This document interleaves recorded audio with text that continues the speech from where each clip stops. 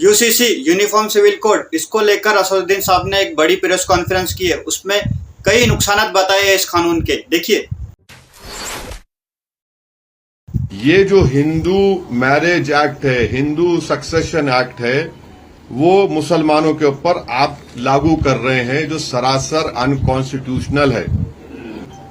आपने डिवोर्स का मसला बना दिया कि नहीं, अब तलाक होगा ही नहीं, खुला भी नहीं होगा, मुबारात भी नहीं होंगे। अब किसी का शादी खत्म करना है मुसलमान को, तो उसको एडल्ट्री प्रूफ करना पड़ेगा, फिर उसको 6 महीने जुडिशियल सेपरेशन, फिर आपको एक्सेप्शनल सर्कमस्टेंसेस कोर्ट को दिखाना पड़ेगा। ये सब जो है ये हिंदू धर्म का हिस्सा है। इसको आप हम पे क्यों लगा रहे हैं? आप हिंदू धर्म का कानून आप हिंदू धर्म के मानने वालों पे लगाइए, बहुत अच्छा है। ये यूनिफॉर्म कहां है ये?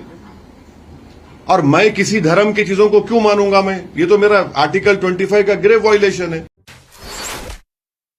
यूसीसी कानून आने के बाद अगर शादियां मुश्किल हो जाएंगी, तलाक मुश्किल हो जाएंगी, तो लोग खुदकशी करने पर मजबूर हो जाएंगे। अगर किसी को जीवन साथी गलत मिला है और वो उससे छुटकारा पाना चाहता है और वो छुटकारा नहीं पा रहा है, तो वो खुदकशी करने पे मजबूर हो जाएगा। और अगर किसी को शादी करना है और अगर उसकी शादी में कोई यूसीसी कानून से रुकावट आ रही है, तो वो भी मजबूर होकर खुदकुशी ही करेगा।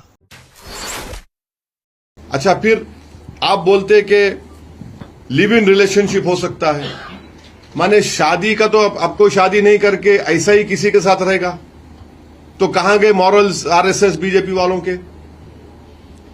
इस्लाम में तो हम किसी गैर महरम औरत को या किसी गैर महरम औरत किसी मर्द को हाथ भी नहीं लगा सकती, हाथ भी नहीं लगा सकते। आप बोल रहे लिव इन रिलेशनशिप करो, कैसा करो? रजिस्ट्रेशन करा लो उसका, फिर टर्मिनेट करना है तो उसका टर्मिनेट का वो करा लो। ये क्या बात है? सैंक्टिटी ऑफ मैरिज तो खत्म हो गया ना। माने आप बगैर शादी करे किसी के भी साथ रह सकते हैं, आप अपने सेक्सुअल रिलेशनशिप कर सकते हैं आप। वो तो इस्लाम के धर्म के खिलाफ है, वो तो हो ही नहीं सकता। लिविंग रिलेशनशिप, पहली बात तो ये इस्लाम में गलत है, ये होना ही नहीं चाहिए। अगर से इस कानून के जरिए लिविंग रिलेशनशिप मुसलमानों में बढ़ती है, तो मुसलमानों में खुदकुशियां बढ़ेंगी, क्योंकि कई दिनों तक एक साथ रहने के बाद, एक दूसरे को छोड़ने के बाद दोनों में से कोई एक खुदकुशी करने के लिए मजबूरी हो जाएगा। क्योंकि यह रिश्ता पहले से हराम है, उसका नतीजा कुछ ना कुछ गलत आना ही है। विल पावर से कोई भी अपना पूरा प्रॉपर्टी एक औलाद को दे सकता है। ये कहां जेंडर जस्टिस है? अब लोग बोलेंगे कि हाँ, मैंने अपनी बेटी की शादी किया, उसमें खर्चा हो गया, उसका हिस्सा नहीं होगा। अरे भाई, इस्लाम में तो ऐसा अलाउड नहीं है ना। इस्लाम में तो देना ही पड़ेगा। और भाई जेंडर, अरे भाई ये बताओ, इस्लाम में पहला धर्म था पूरे दुनिया में जिसने बेटी को अपने बाप की जायदाद में हिस्सा दिया। दुनिया का पहला धर्म है ये। कोई धर्म ऐसा नहीं बोलता जो इस्लाम धर्म बोला। विल पावर ऐसा है कि अपने ख्वाहिश के हिसाब से हम अपनी प्रॉपर्टी किसी को भी दे सकते हैं। मतलब अगर से किसी बाप की किसी बेटे से अगर बनने नहीं लगी, तो वो बाप उस बेटे को अपनी प्रॉपर्टी नहीं देगा और तीसरी तरफ कहीं पर भी दे देगा। और या फिर ये भी हो सकता है कि आपने देखा होगा, क्रिमिनल लोग बुजुर्गों को धमकाते हैं, डराते हैं, और इसी तरह डरा धमका के क्रिमिनल लोग भी उनकी प्रॉपर्टी अपने नाम करवा सकती है, क्योंकि ये विल पावर है ही ऐसा। और इस विल पावर की वजह से कई हकदारों को अपना हक नहीं मिलेगा। यूसीसी कानून को लेकर आपकी क्या राय है, कमेंट में जरूर बताएं। वीडियो को लाइक करें, चैनल को सब्सक्राइब करें। तीसरी बात यह है कि यूसीसी के ताल्लुक से इंडियन सक्सेशन एक्ट है, सेकुलर एक्ट है, आप अपना लो उसको।